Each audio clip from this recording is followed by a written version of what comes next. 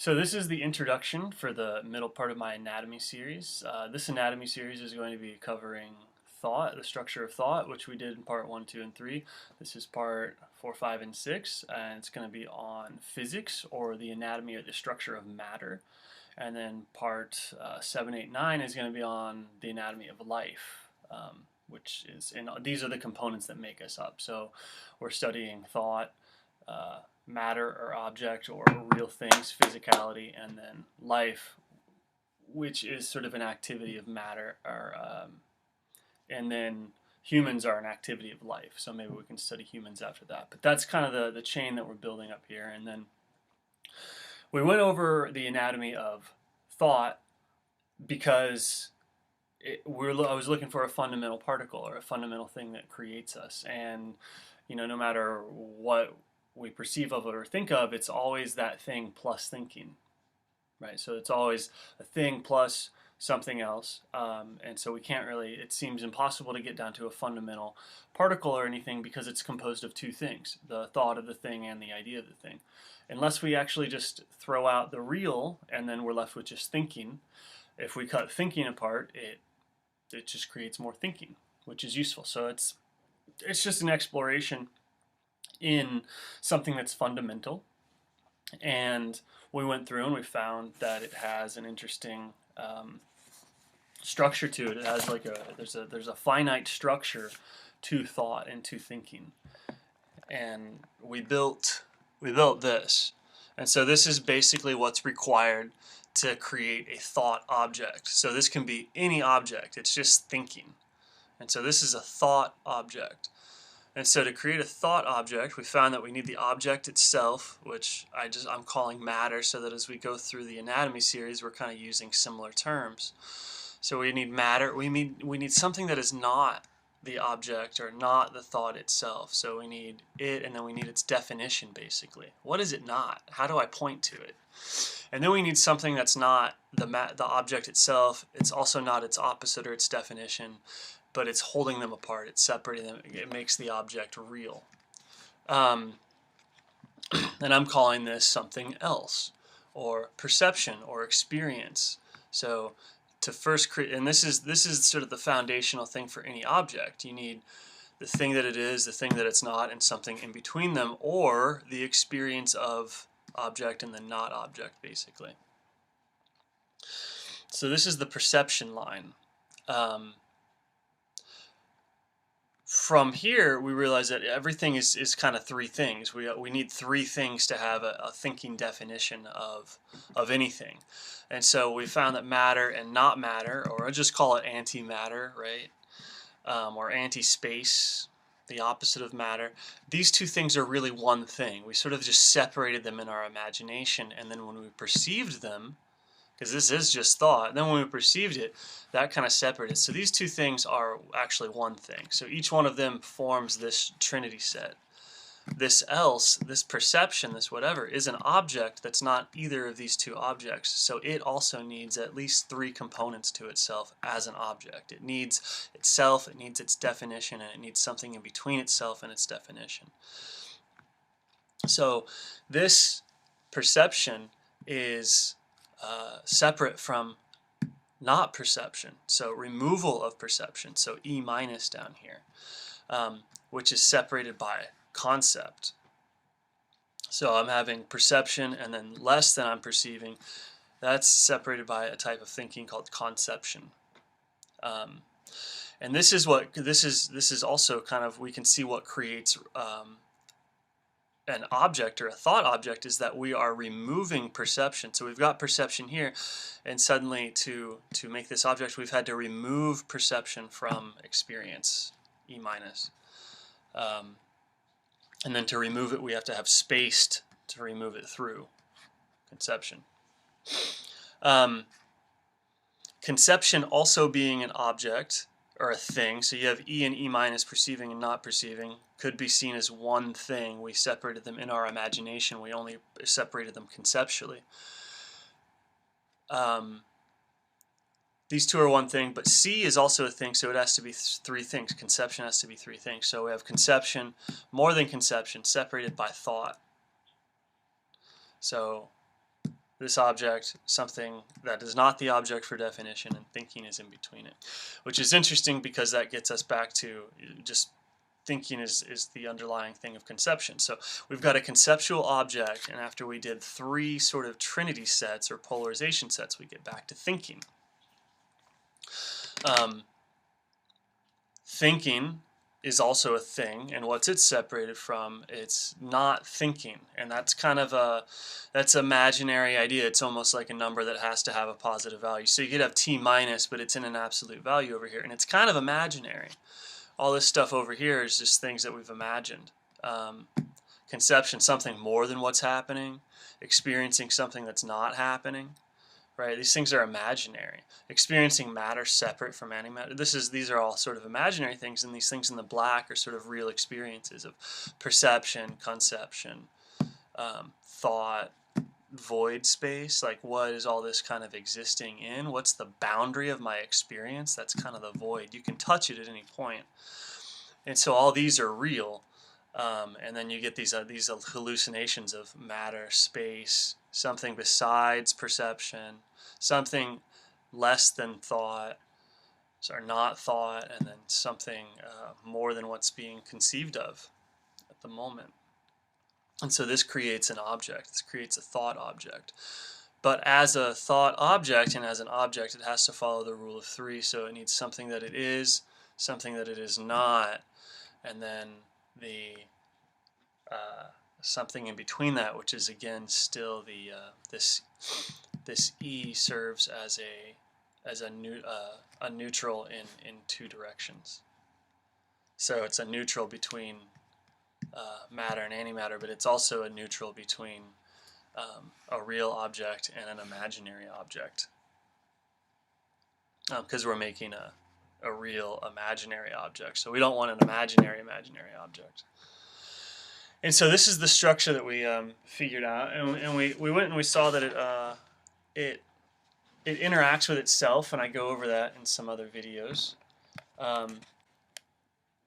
But that's the structure of thought that we found. So now we're going to go into the structure of matter. We're going into so that's a pure thought object that I just went through. It doesn't exist. It's just the required components to create an imaginary thought. So now we know that that's the required thinking at minimum. It's sort of the smallest amount of thinking that we're going to have alongside our observations of whatever matter is. So we can observe something. Let's observe a spoon. No, not yet.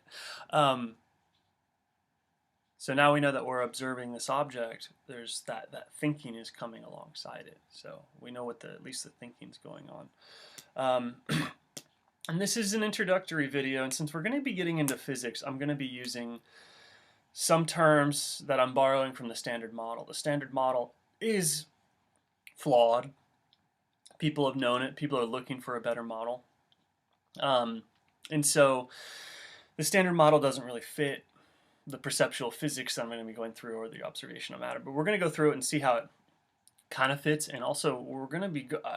I'm going to use this introductory video to discuss why the Standard Model is broken and why all sciences are off and have been off for a long time, and why science has really descended into the realm of religion in a very interesting way, or into the realm of belief. And I'm going to define religion as studying reality from the perspective of already knowing what's going on. Right, so I already know what's happening, and since I already know what's happening, I'm going to bring that context to reality and study it. This is kind of called faith, or fundamentalism, or dogmatism, or something like that.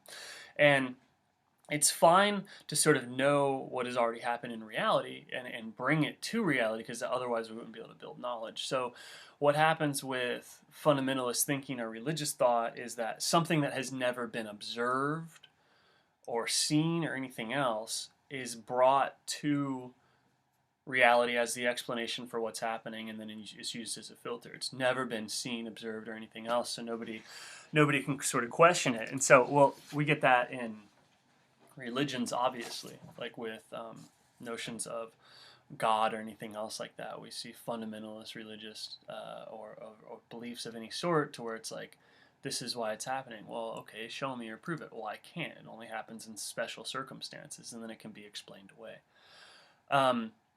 This started happening to Western science right around the time that we started studying electromagnetism. And so we started studying electromagnetic phenomenon. So we're seeing lightning perceptually. We're generating current in wires, and we're seeing the effect of magnetic fields anyway. We're setting up situations on either side of wires such that when charged particles come near the wire, they behave strangely. They follow a right-hand rule. We're like observing all of this stuff. We're observing as we heat up an object, it gets really bright and hot. We're observing that stuff. It's emitting light. Right, we're observing it emitting light, and we observe, electricity in a way. These observations lead to technology. Observations always lead to technology. So you've got, as science builds, you get spoons, and then hammers, and then desks, and then clocks, and train engines, and airplanes, and automobiles, and stuff like that. You get technology. You get boats, clothing. All these things are great. At some point, because this electric phenomenon was so responsive and sensitive to everything and scalable and amplifiable and all this other stuff, we started developing sensory equipment. So we started to develop lenses and sensory equipments to look through at reality based on electromagnetism.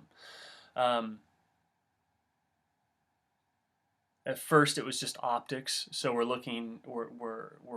using a lens to distort light. So the light, we would study cells and small things. The light from the cells and the small things would come up and be distorted through the optics and focused and amplified, and we could see very small things by manipulating the light of those small things.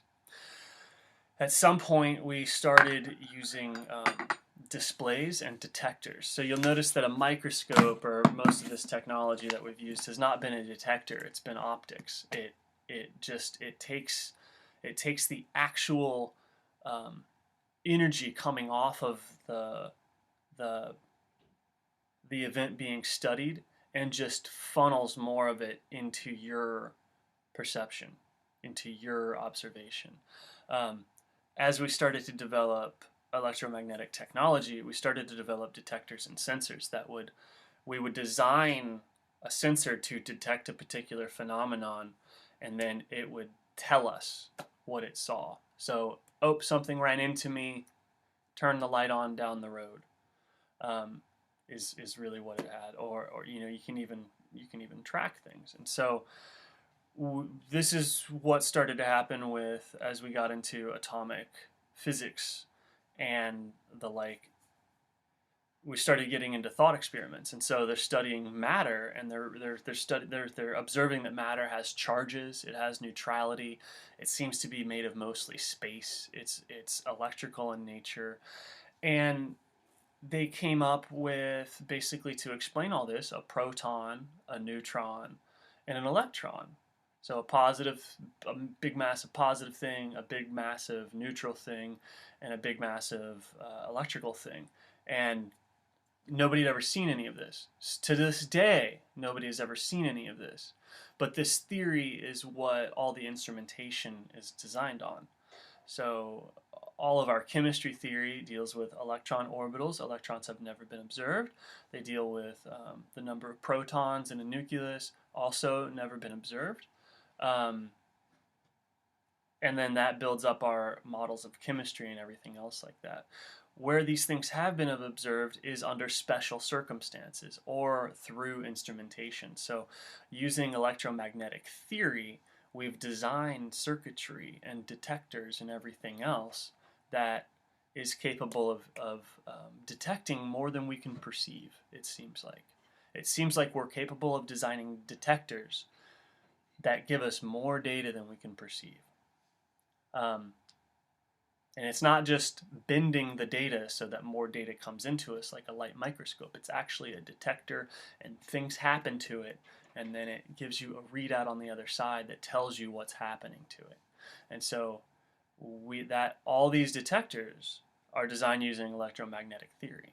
So they are made with the instrumentation itself has a fundamentalist belief in the electron, in the proton, in various understandings of chemistry. All electrical technology has a fundamental belief in protons, neutrons, and electrons, because that's the means by which it was built. And so this is where our technological advancement became very different, because before we started using screens and detectors, all of our technology still required perception, other than reading, basically. So we get into this thing, and then our science stopped being observation-based and started being examining what our detectors were doing, that were built on our previous belief of what was happening. And this is when basically science completely stalled and became no different than any other religion that says that God was doing it. The difference between religions is that you can sit down and you can kind of have a conversation with a religious person, and sometimes you can come to a situation where they say, I'm just doing this on faith. Or they just say, or they go, you know what, yeah, I'm biased. So when you sit down, and we all have these biases, when the bias is inside of us, we either say, I'm doing this on faith, I believe it's correct and true, and it's by faith that I'm doing this, and that's a central component of many religious beliefs. Or it's, I have bias. If they can't show it. Otherwise, they just show you it, and you're not talking about religious or spiritual stuff. You're just talking, there's the spoon. Right? It's only when I go, there's the spoon, and you go, prove it, and I go, I have faith that it's there. Oh, and you're like, okay, that's dumb. And you're like, you know what? I have bias that it's there. I see it. You don't see it, but I seem to see it, and I wave it through you. You don't respond to it, so I don't really know what's happening. With the advent of this sort of sensory technology, science put its bias outside of itself into the technology. So science was able to sit there and be like, you know, I don't have any bias if I'm really honest with myself. I observe reality completely correctly, and I do my best to not view reality through any of these lenses that sort of distorts what's happening. Unfortunately, the only thing that we've been looking at everything through is detectors and instrumentation, which only detect what they've been programmed to detect, and they only display what they've been programmed to display. And this goes all the way back to electromagnetic theory. And so all these things only work in accordance with the belief that the best way to describe reality is with the electron and the proton and the neutron, and have all these particle sets. And so since the instrumentation is designed with that belief, the only theories that are going to come out of it are going to reinforce that belief set. Right? Like that's why in the particle accelerators you don't really discover anything new, you discover what you were already looking for. You can only discover what you were already looking for. It was like, okay, so why don't the positive charges in the nucleus fly apart? Well, there must be a strong force. There must be a strong force. And so then we built a machine that has a detector that is built on the belief system of there being a proton, neutron, and electron. And then we built a machine based on that belief to go and find the strong force. Oh, well, why doesn't the strong? Okay, well, then we get the weak force. Okay, well, why not that? Well, and then what's when it's, oh, there's quarks. And it's just because it's like the detectors going in there, and these atom smashers and these particle colliders and everything, they're no different than churches. Towards like, show me a proton, neutron, and electron. Where does that exist? Well, at high energies do they exist? Or quarks only exist at high energies. Okay.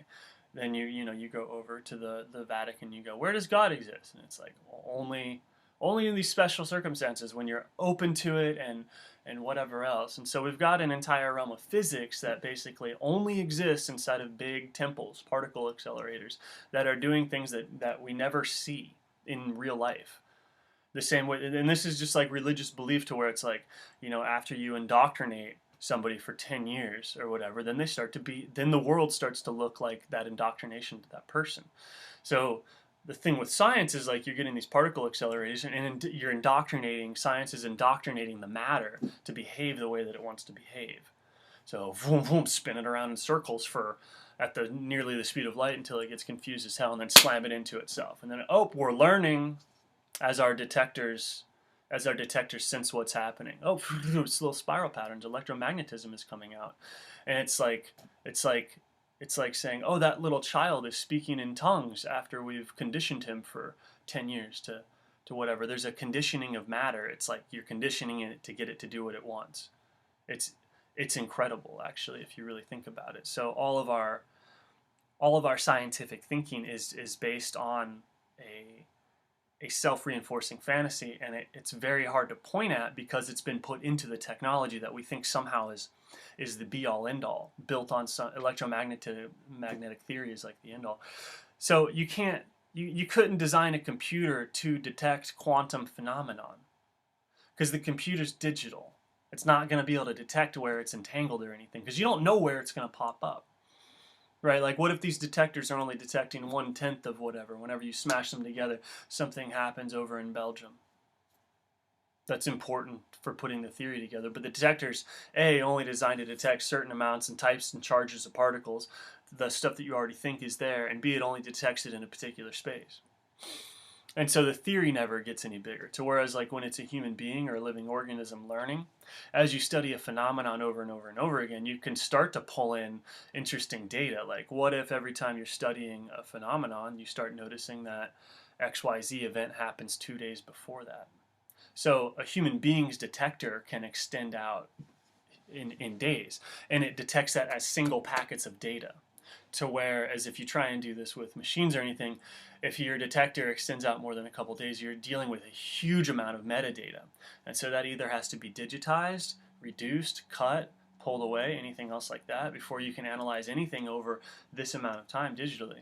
But a human being, not perceiving through an instrument, with a single perception, with single mindfulness, if I don't break my attention from this spoon for 15 minutes, I've created a 15-minute long detector of absorbing the energy and the radiation that's coming off of this spoon, which might be affecting who knows what, right? Like if I observe this spoon for 30 minutes and at 30 or 45 minutes in, XY really strange unrelated event happens behind me or around me, or I can start to notice that 2 days after I observe the spoon for 45 minutes a day for a week, then something happens, right? The patterns that pop out, who knows? Like the patterns that pop out of reality are crazy. So using a detector that's designed to already be looking for something is almost lunacy. And so it leaves us at this place to where we haven't really done any science for almost 100 years, ever since the thought experiment, relativity, string theory, all of this other stuff. And we're so far removed from science that people don't even think that science is really possible anymore, that human perception can lead anywhere. And so this is just, it's going to be perceptual based physics, right? So what we're going to be going over what we've perceived of in this, in contrast to what we think is already happening. So nobody's ever perceived an electron, nobody's ever perceived a proton, but that's all we've ever heard about electromagnetism, basically. It's how the proton and the electron and charged particles and fields. Charged particles that nobody has ever seen. Nobody's ever seen a charged particle, but it's the foundation of electromagnetism. Interesting. So what have we perceived is that we've perceived... we went through everything that we did, but what we're actually going over to try and explain in perceptual physics is objects, fields. So force without objects, which is fields. There's seemingly force without objects. Magnetic fields, things fly through the air, propelled by forces that we can't see. We see space, so we see areas without objects, although if we dig into it, we seem to find more objects in the space. So we see a difference in density between objects. We've observed all this. We've observed time or movement or experienced time or something like that. So we've experienced the beginning and the end of objects. Objects seem to have a time within which they exist, even if we're not physically moving. Everyone's observed that. We've seen force, so that electromagnetic or that non-physical force that we've seen, and we've also seen kinesthetic force of this runs into that and it goes over there, Newtonian physics.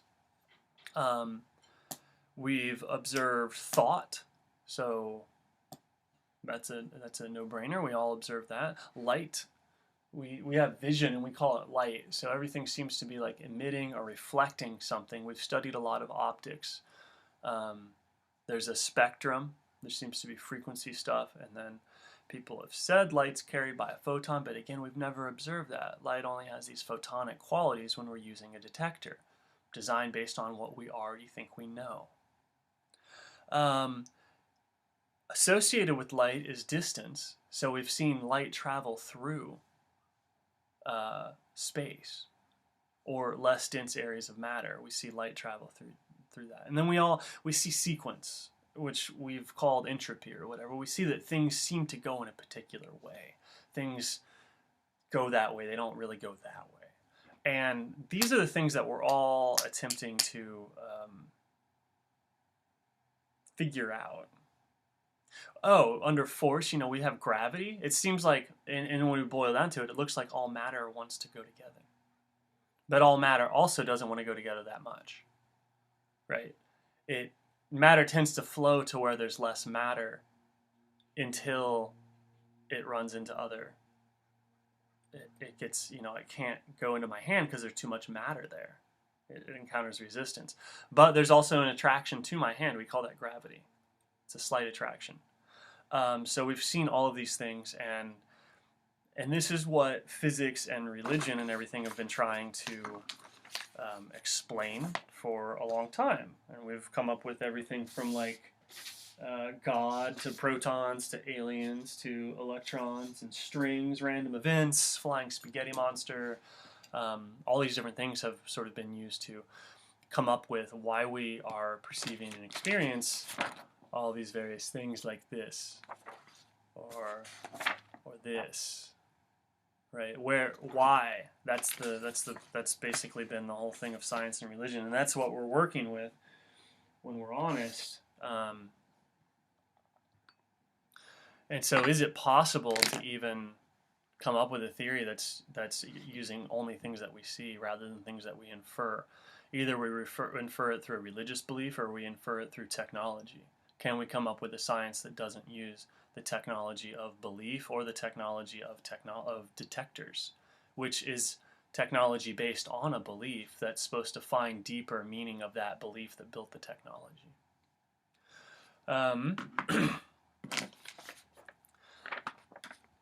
And so we're going to go into that thought set again really quick just to illuminate it and contrast it against the standard model, and then I'll start into the perceptual-based physics for real, because even contemplating the standard model sort of makes it difficult for me to think for some time. So I'm just going to go into contrasting the standard model against what we see when we analyze thinking. So does the standard model even match up against real conception, or is it a self-contradictory thought? And then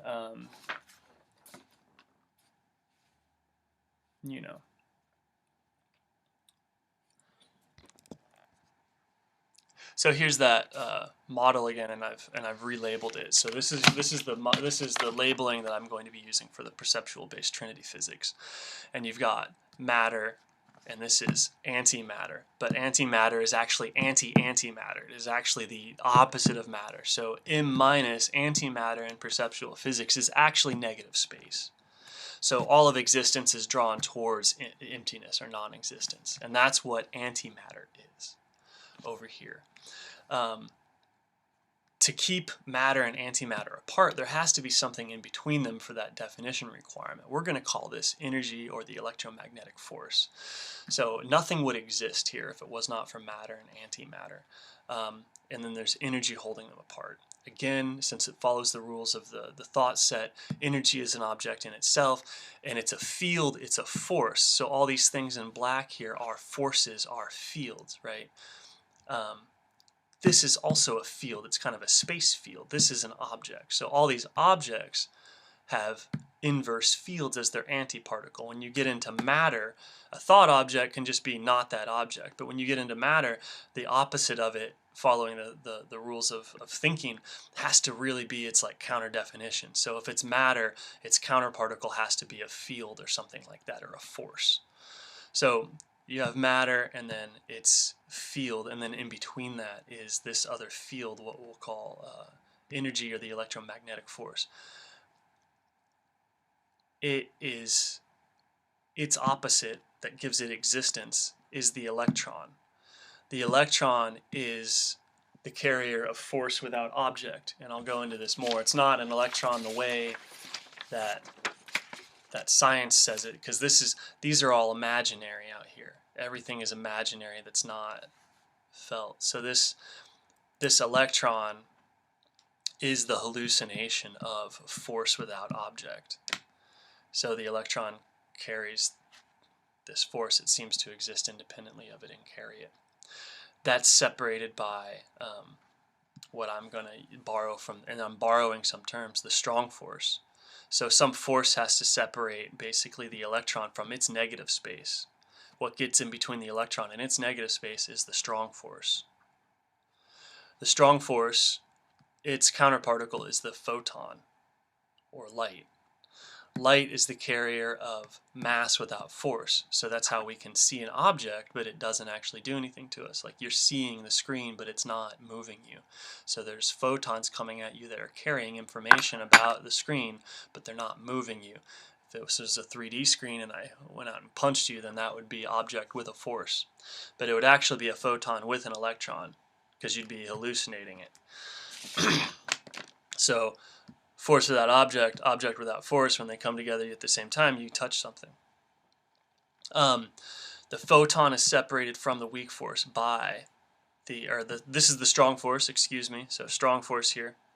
Electromagnetic force, strong force. The strong force is separated from the photon by the weak force, which is the unbalanced part of this. So you have positive weak force, its opposite negative weak force, and then you have a zero. This actually matches the standard model, and the weak force is carried by what they call bosons. So the W boson has a positive and negative charge, and the Z boson has a zero charge, which fits our set very nicely. So I've reduced that to T plus and T minus, which is open thought and closed thought, positive, negative thought. This is paradoxical in nature, so it's imaginary again, not thinking. That's actually a thought, so it's still thinking. So this is active thinking is a real felt thing. Not thinking is an imaginary or illusory thing. We can still hallucinate it and experience it, so it's down here. That's what separates two thoughts. Nothing. So you get a void set down here, and that's the set that we're building up. And then you get an anti-electron, and so this is basically the description of matter, and then up this way is the description of space. So the anti-electron is time. So all these things up here have not real qualities to them. Like I can't hand you time, but it exists, sort of. It seems to. I can't hand you the spoon. This thing does exist. So the spoon is down here. Stuff like time and space is carried by particles up here. So for the real things like force and objects, which when they come together create that, is, its counterparticle is time and space up here. And so all these things are things that are real, and then we hallucinate carrier particles for them. So the anti-electron, time, anti-photon, space. Nobody's ever seen either one of those. Nobody's ever seen an object without force. Nobody's ever seen an object without force. It always impacts us in some way. We can pretend that an object is not affecting us, but every object is connected to all other objects, so there's some connection there. We've also never seen force without matter. Over here, the electrons. So just disembodied or free energy. Nobody's ever seen free energy, and nobody's ever seen non-entangled matter. So hallucination. Nobody's ever seen space. Nobody's ever seen time. But we have all directly experienced thinking. We've all directly experienced conception or separation of positive and negative things. We've all experienced two things, which is what C is. The strong force is basically just creating two things. So we've all experienced two things. We've all experienced void, which is the boundary of our experience right now. So wherever this experience is starting and stopping is void. We've all experienced force. We've all experienced things that come onto us and move us, electromagnetism. And then we've all experienced objects, and we've all experienced the space that the objects lie in. So this is the experiential part of perceptual physics. And then For fun, we're dealing with imaginary particles of non-thinking, disembodied force, matter that sort of doesn't matter, it's far away, so distance over here, time, space. That's the perceptual-based physics, and when we try and make this play along with the standard model, it just doesn't quite fit. So here's the standard model attempting to fit over it. And remember, none of this in the standard model, not a single one of these things has been seen. In this one, I have directly observed, either in my own mind or outside of it, everything on here, and then listed a particle for it. So this is just the observation of imaginary matter. This is approaching the study of what is real.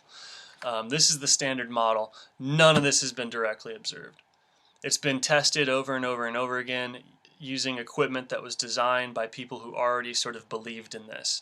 If they didn't believe in all of the quarks and the muons and everything else, they believed in the proton, the neutron, and the electron and the photon that was then giving rise to all of the quarks and everything else. So the machines were built with a belief in the proton and the neutron, which is where all of the other particles and everything were coming out from.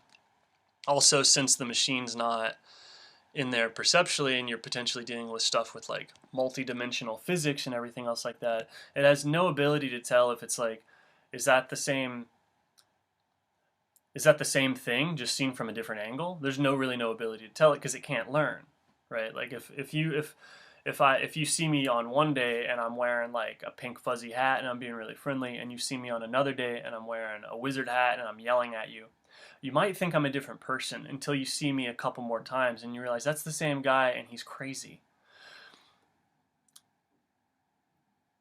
You have to observe that. You would not be able, it would be very difficult for you to design a computer to recognize that for you. Unless you could already just recognize that instantly, right? You'd be like, that's obviously the same person. You're obviously both the wizard and the man in the pink fuzzy hat. I can recognize your facial features. Okay, that's cool. You could have designed a robot to recognize my facial features or a detector, but if I would have clouded those, again, your computer, your robot would not know the difference between what are potentially multiple appearances of me. Or as I move through age, like let's say you recognize my facial features and you design software to detect me. If I become very old but I'm the same event, I won't be recognized. And so all of the study that's happening inside of particle detectors and everything else cannot differentiate any of this. So you get these giant particle list of everything else like that, and it's almost as if somebody was studying me at a very low resolution and they didn't realize it was me. They thought I was like 17 different people. They thought they studied me. Oh, there's a 1-year-old and a 5-year-old and a 10-year-old. There's an angry person. There's a sad person. There's a crazy person. And they all, like, you would study it and you would if you weren't paying attention continuously with a single observation of perception, you might think all of those were separate events. Each one of those things in my life was a separate person or a separate whatever, but it's all me. And if a human studies me, you can put together the perceptual data to realize that I'm all one single event. I'm all of those things. And so that's basically the premise by which I'm coming to this perceptual physics, and we'll be studying electromagnetism at first, electromagnetism and charged matter. We'll be studying all those forces in the next 3 videos, but it's really this intro video is to say why this needs to be done and sort of the predicament that we're in, because our main body of science, which is how we figure out what we should do in the world, and we have this belief that it's objective or whatever, has moved its bias into equipment and then made us all dependent on that equipment too. So, science has done research about what's healthy, what life is, what ecosystems are, what weather is, what electricity is, what power is, what intelligence is, what all this other stuff is, and it's doing it based on the ability of testing people. Can you learn about genetics and DNA with particles and chemistry and electron orbitals and shells and everything else like that, that's based on an observation that's never been made. Nobody's ever seen an electron or an orbital or a shell except at very high energies and very special things. So it's almost like an entire culture going off of what somebody inside of the holiest of holies says. They're inside the church, they're in the 3rd layer, the 2nd layer, the 3rd layer. I've dug down to the strong force and it says to do this. and research that. And it just, societies that do that don't survive for very long. Um, but that's the that's the predicament of it, and it's especially interesting to think of the implications that it has on chemistry and life sciences that are based on DNA, and DNA is based on chemistry. Chemistry is based on this. So our understanding of ourselves and our life is fundamentally resting on the belief in the proton and the electron and the neutron, which have never been observed whatsoever. So we don't really have a balancing force. We have a bunch of people that are existing by faith, and I think faith is a good point because there is unknown in the universe. But when we don't call religion religion, we don't call faith faith, and we don't call fundamentalism fundamentalism, then it gets confusing. And we want to be able to go to science to have an objective viewpoint. The world's not objective. There's moral ambiguity. There's moral whatever. But science should say, to the best of my understanding, this is what I observe happening. And so we don't have scientists anymore. We don't have anybody really observing what's happening. It's all harvesting metadata, big old experiments. It's designing drugs inside of tubes using PCR reactions that are read out on a machine. That's based on a previously understood theory, that's based on electromagnetism, that's previously understood, that's based on... And so we don't really have anybody in our culture being objective for us. There are no scientists. So that's kind of the goal of perceptual-based physics, is to train a new generation of people to actually be scientists and to value what can come of perception. And I'm going to show that basically everything that we've learned over the past 100 years, using all of the particle smashers and the DNA sequencers and the accelerators and the computers and everything, can be calculated by a human brain sitting in isolation drawing strange pictures at their desk, because the human body is a quantum computer, and the more things that you entangle it with, the more powerful it is. Perception is entanglement with. And so all of the digital stuff, the stuff based on the belief in electromagnetism and whatnot, is based on the belief that you can disentangle things from each other, that you can separate force from matter, that you can separate light from objects. And so then that belief creates further screens and separations and theories of separation. But if you're not separate, then the computational power available to a single human mind is really staggering, much less the ability of that mind to entangle itself with other minds, and really fascinating. So that's the intro, and so the next part we'll be going through the structure and the anatomy of matter as we observe it, as we actually observe it, and not use. We're gonna wherever we hallucinate, or we don't make an observation, we're going to try and spot those and note that this doesn't seem to be real, but it's very convenient in my thinking to create it. But we're going to try and do that as low as possible and stay within perception, and hopefully be very surprised at just how far we can get without a detector, without a belief, just only putting together what we see.